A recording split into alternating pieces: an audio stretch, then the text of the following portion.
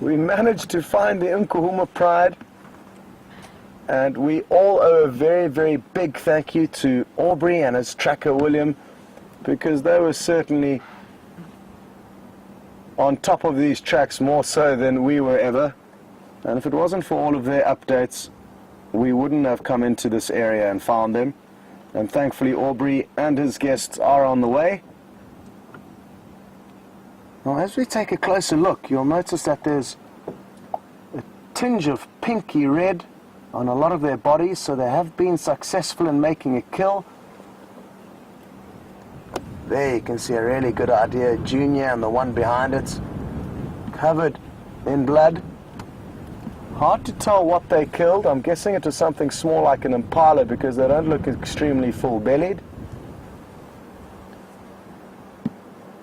Now, interestingly enough, I can only see 6 members and there's supposed to be 7. And I can't help but worry that another one of them may have been caught by the Birmingham males. Hopefully I'm wrong, but there's no immediate sign of one extra lioness. Junior is still here on the bottom right of your screen, so he hasn't been caught in the crossfire yet. And we're, interestingly enough, not far away from the last hyena den sites on Philemon's Dip, Philemon's Cutline area. And after all the hyena action this morning, I thought it would be interesting for you to know that.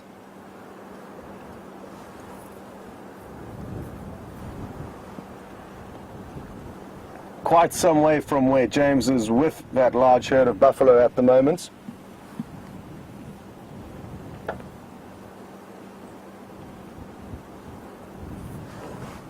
And they've moved quite a large distance from where they were last seen yesterday afternoon in Buffalo's Hook to where they've got to now, especially considering how much zigzagging they've been doing.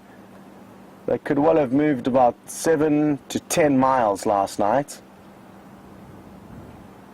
And finally they got successful, probably in the early hours of this morning.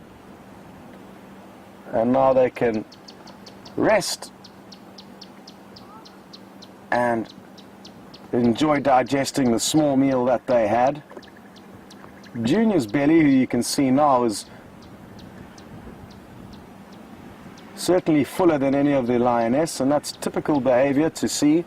He will dominate them at kills, and when they do make a small kill, like I'm assuming they made this morning of something like an impala, he will probably get the majority of it. But they all would have had a little snack. And I just can't help but wonder, where is that other lioness? The one closest to us looks like Amber Eyes. She's got very distinctive orangey amber eyes. And because they are all lying down, it's hard to tell which one's which and who's who and who could be missing.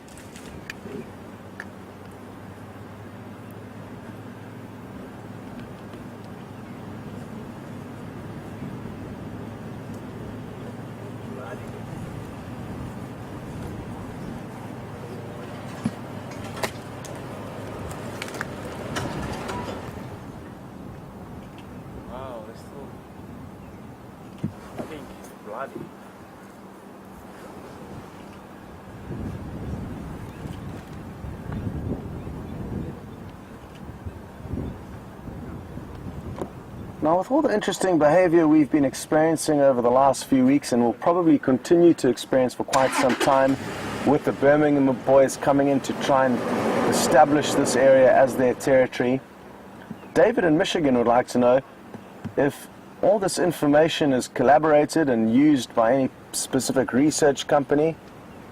And all of the guides certainly keep track of all the animals' movements, and daily messages are sent between guides, and a whole database of information between where the prides are moving and where they are found, and interactions between them are certainly documented.